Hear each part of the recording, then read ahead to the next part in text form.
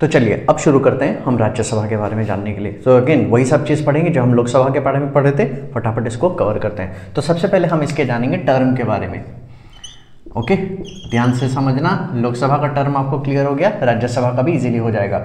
अगर आपको कोई पूछेगा कि ये घर का, ध्यान से समझना, मैं यहाँ पे लिख दे रहा हूँ कि अगर हाउस का टर्म पूछेगा कि ये घर कितने टाइम तक रहता है, जैसे लोकसभा का घर कितने टाइम तक रहता है 5 साल, राज्यसभा का टर्म कितना रहता है, तो राज्यसभा का टर्म रहता है इन्फिनाइट। इसका मतलब क्या है? इसका मतलब है कि राज्यसभा कभी भी डिसॉल्व नहीं होता। करेक्ट। जैसे लोकसभा आपने देखा कि लोकसभा क्या होता है, हर 5 साल में डिसॉल्व हो जाता है और नया लोकसभा का मेंबर बनता है। देखो, डिसॉल्व हो जाने का मतलब ये होता है कि उसके जो मेंबर रहते हैं उनका मेंबरशिप खत्म हो जाता है। ये नहीं होता है कि घर तोड़ के नया घर बनाते हैं। कॉमन मिसकंसेप्शन है, इसको ध्यान से समझना। डिसॉल्व हो जाना मतलब मेंबरशिप चला जाना, मेंबरशिप हट जाना। उसी हिसाब से राज्यसभा कभी भी डिसॉल्व नहीं होता है, इट नेवर गेट डिसॉल्व। और एक चीज जान लेना, नहीं डिसॉल्व होता है, इसीलिए इस घर को परमानेंट मेंबर भी कहते हैं या परमानेंट हाउस इस घर को कहते हैं। क्यों कहते हैं? बिकॉज ये कभी डिसॉल्व नहीं होता। तो पहला चीज हमने क्या जाना कि लोकसभा के जैसा हमने पढ़ा था राज्यसभा के बारे में, पहला चीज हमने क्या जाना, this house never get dissolve, hence this house is called permanent house. तो सर कभी डिसॉल्व नहीं होता है, तो इसका मतलब क्या है कि मतलब मैं मान लो मेंबर वहां पे बन गया राज्यसभा का, और एक बार मैंने मेंबर बन गया तो मैं हमेशा के लिए रहूंगा? नो, यहाँ पे बोला गया है घर डिसॉल्व नहीं होता है, पर मेंबर्स हटते हैं, मेंबर्स रिटायर होते हैं। तो कैसे रिटायर होता है देख लो, ये टोटल घर के जितने भी मेंबर्स हैं उसके 1/3 मेंबर हर 2-2 साल में रिटायर होंगे। क्लियर है? 1/3 मेंबर घर के हर 2-2 साल में रिटायर्ड होंगे। आपको मैं समझा दे रहा हूँ, देखो बहुत इजीली हम डायग्राम से यहाँ पे समझ लेंगे। जैसे कि मान लो ये न्यू मेंबर है और ये ओल्ड मेंबर है, ठीक है। तो मान लेते हैं कि ये पूरा स्ट्रेंथ है राज्यसभा का। मैं इसको 3 पार्ट में डिवाइड कर रहा हूँ क्योंकि 1/3 है, समझने में इजी होगा। तो मान लेते हैं कि टोटल राज्यसभा में 90 मेंबर्स है, मान लेते हैं समझने के लिए, आप उसको नेक्स्ट नंबर में कन्वर्ट करके समझ जाना। तो पहला सेक्शन ये 30 लोग आए थे, फिर ये 30, फिर ये 30। अब जैसे कि मान लेते हैं 2 साल कंप्लीट हो जाता है, ध्यान से समझना। 2 साल जब कंप्लीट हो गया, अब 2 साल कंप्लीट होने के बाद में इस 30 के जगह में नए 30 आएंगे। तो यहां पे देखो मैं उसका सेम आइडेंटिकल बना दिया। ये 30 लोग रिप्लेस किए जाएंगे। रिप्लेस किए जाएंगे मतलब यहां से नए 30 मेंबर इस तरफ जाएंगे, तो ये वाला देखो खाली होगा, फिर उसको नए 30 मेंबर में भरेंगे। क्लियर है? पर अभी भी स्ट्रेंथ कितना है देखो, 30 30 30 90। फिर 2 साल जब जाएगा तो सेकंड लॉट को खाली किया जाएगा, फिर इनके जगह में और 30 लोग को भरेंगे। अगेन ये 2-2 साल का गैप में हो रहा है, ये 2-2 साल का गैप में हो रहा है, ध्यान रखना। पहला 2 साल के बाद 30 मेंबर खाली हुए, नए भरे। सेकंड 2 साल, फिर 2 साल के बाद नेक्स्ट स्लॉट खाली होगा, फिर नए मेंबर भरे। उसी हिसाब से तीसरा स्लॉट खाली कब होगा? फिर 2 साल के बाद, और फिर ये मेंबर यहाँ भरेंगे। तो देखो इन एनी सिचुएशन घर में कभी भी फुल मेंबरशिप खाली या ख़त्म नहीं होता है। तो इससे हमें पता चलता है कि हर 2-2 साल बाद 1/3 मेंबर रिटायर होंगे, उनके जगह में नए मेंबर्स आएंगे। जब रिटायर होंगे और उनके जगह में नए मेंबर्स आएंगे तो घर हमेशा भरा हुआ रहेगा। इसी कारण की वजह से इस घर को परमानेंट हाउस भी कहते हैं। तो आपको क्वेश्चन आएगा what is the term of Lok Sabha, तो आप बोलोगे sir the term of Lok Sabha is infinite, it means Lok Sabha never get dissolve. लेकिन अगर क्वेश्चन आएगा कि for how long a person can become a member of Rajya Sabha, तो आप वहां पे लिखना 6 years। सर ये कैसा बात है? ये ऐसा ही बात है, ध्यान से समझो। देखो ये 30 लोग कब आए थे? ये 30 लोग आए थे पहला 2 साल में। उसके बाद में इनका खाली करने का वक्त कब आएगा? जब ये वाला भर्ती हो गया, ये वाला भर्ती हो गया, उसके बाद ये खाली होगा, क्योंकि जो पहले भरा गया है वो आखिरी में भर्ती होगा। तो मान लेते हैं, जैसे समझने के लिए मैं आपको बता दे रहा हूँ, ये लोग यहाँ पे कब आए? ये लोग यहाँ पे आए 2025 में, मान लेते हैं ये 30 मेंबर 2025 में आए। ये लोग कब आए? 2 साल बाद 2027 में। ये लोग कब आए? 2 साल बाद 2029 में। अब 2 साल बाद फिर रिटायर होंगे ना, तो इनका बारी वापस कब आएगा? और 2 साल बाद, 2 साल बाद ऑफ 2029, दैट इज 2031। तो अब देखो 2025 में आए थे, 2031 में जा रहे हैं, कितना साल हुआ? 6 साल।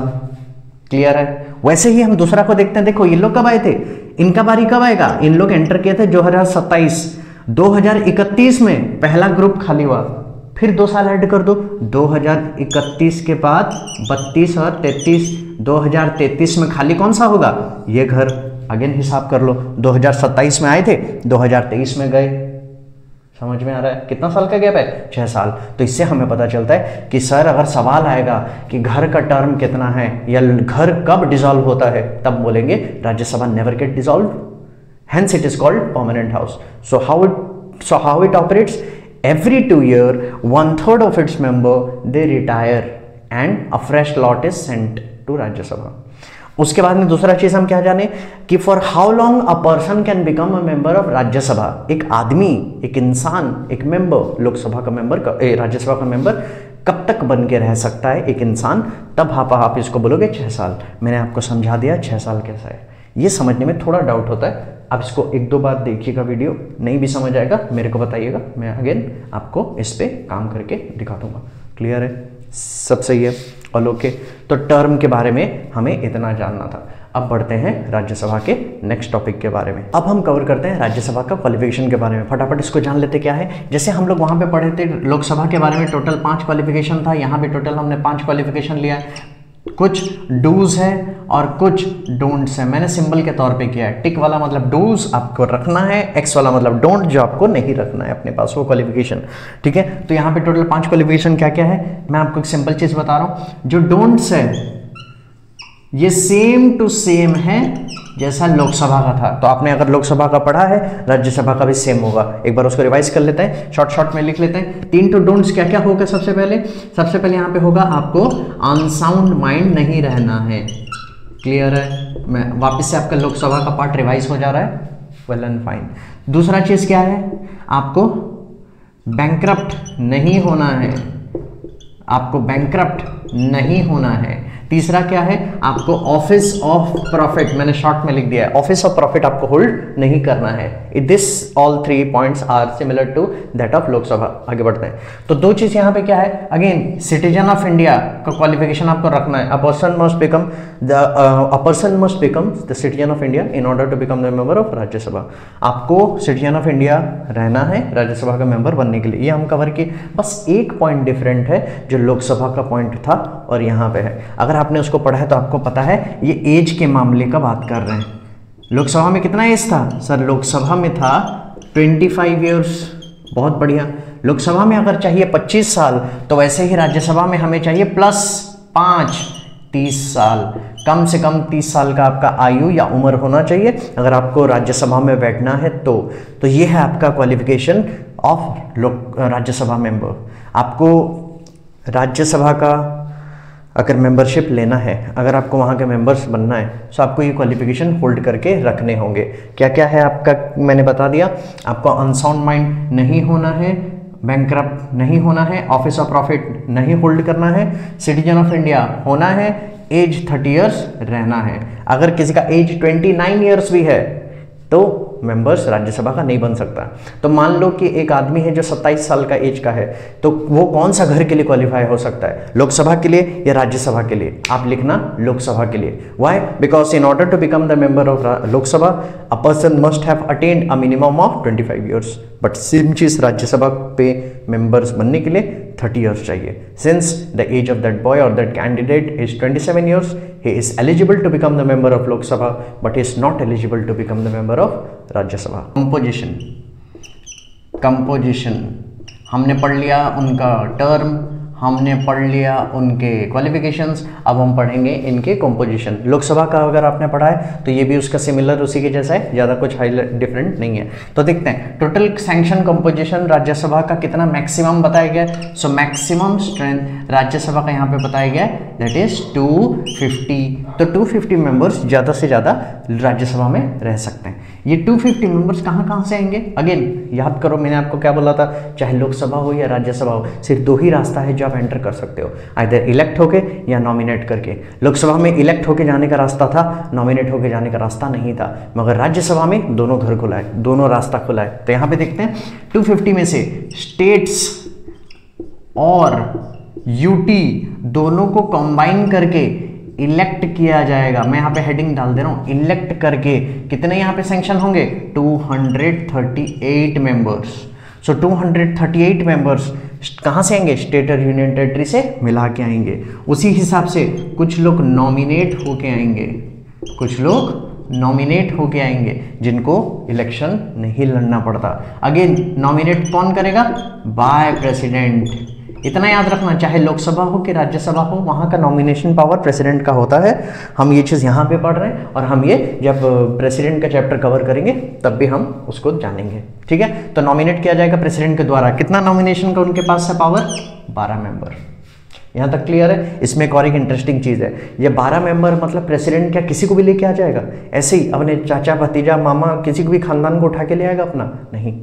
जो 12 मेंबर्स होते हैं, ये 12 मेंबर्स एक्सपर्ट होते हैं। एक्सपर्ट होते हैं मतलब किसी भी फील्ड में एक्सपर्ट होंगे, पर बेसिकली 4 फील्ड में इनको एक्सपर्ट माना जाता है। जो भी इन 4 फील्ड में एक्सपर्ट हैं, प्रेसिडेंट उनको देखेगा। प्रेसिडेंट के अगेन उसके मेंबर्स होंगे, उसके टीम होंगे जो प्रेसिडेंट को हेल्प करेंगे। उन लोग, वो ऑफिसर लोग प्रेसिडेंट को वो नाम सजेस्ट करेंगे और प्रेसिडेंट नॉमिनेट करेगा। वो 4 फील्ड क्या क्या होता है, पहला फील्ड है आर्ट्स, ठीक है। आर्ट्स मतलब कला। तो कला के क्षेत्र में जो बहुत ज़्यादा महारथी होगा, धुरंधर होगा, उसी को अलाउ होगा नॉमिनेट करने का। आर्ट्स के बाद यहाँ पे हो गया साइंस, जो विज्ञान में महारत होंगे, किसी प्रकार का कुछ बड़ा काम किया होगा उनको। उसी हिसाब से तीसरा रह गया दैट इज लिटरेचर, जिन्होंने भी लिटरेचर में कुछ ना कुछ योगदान दिया होगा देश के लिए, कुछ महान काम किया होगा, उनको भी नॉमिनेट कर सकते हैं। और चौथा हमारे यहाँ है सोशल सर्विस। सोशल सर्विस मैंने जगह नहीं था, यहाँ पे लिख दिया। तो ये 4 कैटेगरी के लोग हो सकते हैं जो 12 मेंबर्स नॉमिनेटेड होंगे। इतना ही है। इसमें एक चीज़ और आपको समझना है, सर इतना तो है, अभी प्रेजेंट मेंबरशिप कितना है, अभी प्रेजेंट मेंबरशिप यहाँ पे है 245। तो 245 यहाँ के प्रेजेंट मेंबर्स हैं और 245 यहाँ के प्रेजेंट मेंबर होने से हमारा ये टॉपिक होता है ख़त्म। सो हमने जाना कि मैक्सिमम स्ट्रेंथ कितना है 250, स्टेट और यूटी से कितने आ सकते हैं 238। फिर उसके बाद प्रेसिडेंट कितना नॉमिनेट करेगा 12 मेंबर। जो 12 मेंबर को नॉमिनेट करेगा वो कौन होने चाहिए, all those 12 members those who are nominated by the president must be expert in the field of this 4, means either 4 में से कोई एक फील्ड में आपको एक्सपर्ट होना है, ठीक है। That is art, science, literature, social service. 12 के 12 हो गए खत्म, ये वाला टॉपिक हो गया क्लियर। आई होप आपका कुछ डाउट नहीं रहना चाहिए। हमने राज्यसभा का भी कवर कर लिया 3 पार्ट। वो 3 पार्ट क्या क्या है, दैट इज पहला था हमने किया टर्म, सेकंड क्या क्वालिफिकेशन, तीसरा क्या कंपोजिशन। इसी में एक चीज़ और जान लेते हैं कि सर इसके भी कुछ कुछ अदर नेम्स है क्या, बिल्कुल है। तो इसके भी कुछ कुछ अदर नेम्स यही साइड पे लिख लेते हैं और जान लेते हैं। आपको अगर याद होगा जब मैं पहला पार्ट बता रहा था उसी में ही मैंने राज्यसभा का एक नाम मैंने पहले ही आपको बता दिया, टर्म जब पढ़ रहे थे, क्या कि सर ये घर तो डिसॉल्व नहीं होता, सिर्फ 2-2 साल में मेंबर्स 1/3 उसके रिटायर होते हैं। तो जब ये घर डिसॉल्व नहीं होता, सिर्फ मेंबरशिप बदलता रहता है, मेंबर्स बदलते रहते हैं, तो इस घर को क्या बोलेंगे, इस घर को बोलेंगे permanent house. Permanent house, clear है। उसी हिसाब से सर लोकसभा का भी तो नाम था ना टेम्पररी हाउस, तो समझ में आया। लोकसभा को कहते हैं टेम्पररी क्योंकि 5 साल में डिसॉल्व हो जाता है, राज्यसभा को कहते हैं परमानेंट क्योंकि वो कभी डिसॉल्व नहीं होता। दूसरा, सर लोकसभा को तो यहाँ पे हमने उसका दूसरा नाम जाना था कि उसको कहते हैं लोअर हाउस। तो अगर लोकसभा को कहते हैं लोअर हाउस तो राज्यसभा को कहते हैं अपर हाउस, तो इसको हम कहेंगे अपर हाउस। उसी हिसाब से एक और एक यहाँ पे नाम होता है, इस घर को कहते हैं council of state. Council of state. Council of state क्यों कहते हैं, क्योंकि स्टेट के मेंबर्स लोग ही आते हैं राज्यसभा में। नहीं समझ में, बता दो। देखो सिंपल एक चीज समझना, सर आपने बताया एक होता है लोकसभा, एक होता है राज्यसभा, दोनों के मेंबरशिप और बाकी सब आपने बता दिया, बहुत बढ़िया। इसमें बेसिक डिफरेंस समझना, लोकसभा में मेंबर्स जाने के लिए इलेक्शन होता है और इस इलेक्शन में डायरेक्ट इलेक्शन होता है, मतलब हम आम आदमी जो हैं हम डायरेक्ट वोट करते हैं। कहाँ, किस चीज़ के लिए, एमपी के लिए कौन सा चीज घर के लिए? लोकसभा। तो लोकसभा के घर के एमपी के लिए हम खुद जाते हैं और ईवीएम वोटिंग मशीन में वोट करके आते हैं हम खुद।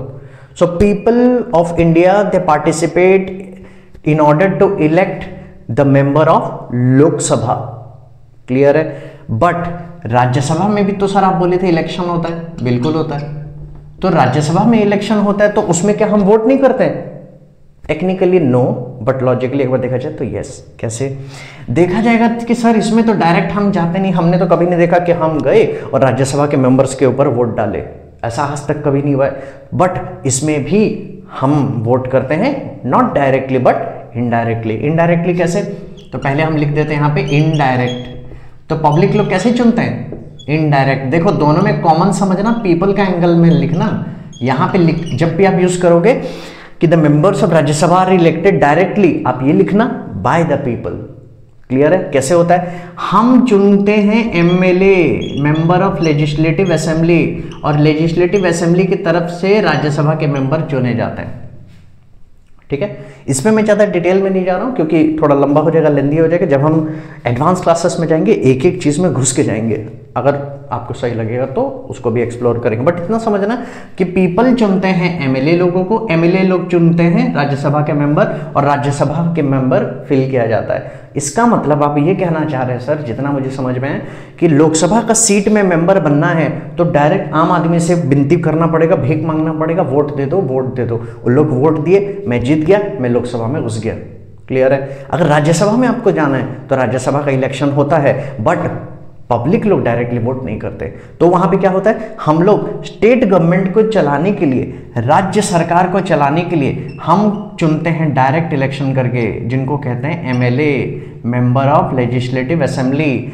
ये मेंबर ऑफ लेजिस्लेटिव असेंबली से बनता है राज्यसभा का मेंबर्स। क्लियर है? अच्छा, मतलब राज्यसभा का मेंबर्स में वो लोग जाते हैं जो लोग किसी ना किसी तौर पे कभी ना कभी मतलब एमएलए होंगे। करेक्ट। अब दूसरा एक चीज जानना सर, इसीलिए क्या इसको काउंसिल ऑफ स्टेट कहते हैं? जी हाँ, राज्यसभा को काउंसिल ऑफ स्टेट इसलिए कहते हैं क्योंकि स्टेट्स लोगों के काउंसिल या मेंबर्स लोग ही आते हैं और राज्यसभा में बैठते हैं। क्लियर है? समझ में आया? समझ में आया? तो देखो एक बार ना आपको एक दो बार इसको पढ़ना पड़ेगा, ध्यान से समझना पड़ेगा, तब जाके होगा। और सिर्फ एग्जाम के टाइम में, अगर सिर्फ एग्जाम है और सिर्फ 10 दिन पहले 12 दिन पहले अगर आप खोलोगे और बोलोगे कि मुझे सारा पढ़ाई कर लेना है पर रट रट के पढ़ना है, ट्रस्ट मी मार्क पे मिल जाएगा। रट के जो भी अच्छा लाता है, नॉलेज 1% का नहीं बढ़ेगा। अगर आप चाहते हो कि आपका ओवरऑल डेवलपमेंट हो, अगर आप एम्बिशियस हो और ये पढ़ाई आने वाला टाइम में, आने वाले एग्जाम्स में, कुछ कुछ कॉम्पिटिटिव एग्जाम्स में अगर काम आने वाला है, अगर आप ये चाहते हैं, अगर आपका ड्रीम है और आप एस्पायर कर रहे हैं, सो ये सब क्लासेस को ध्यान से पढ़ें, ये सब क्लासेस को ध्यान से समझें, नोट्स बनाएं, पूरा साल भर आप इसको पढ़ें। हाँ, बीच बीच में गैप ले लेके उसके लिए भी शेड्यूल बनाया जाता है और बाकी काम किया जाता है। अगर आप ऐसा नहीं करेंगे तो ट्रस्ट मी, रट के मार्क मिल जाएगा बट नॉलेज नहीं मिलेगा। क्लियर है? ठीक है, तो हमारा ये वाला कंप्लीट हो गया राज्यसभा का भी। अब बढ़ते हैं हमारे नेक्स्ट टॉपिक पे।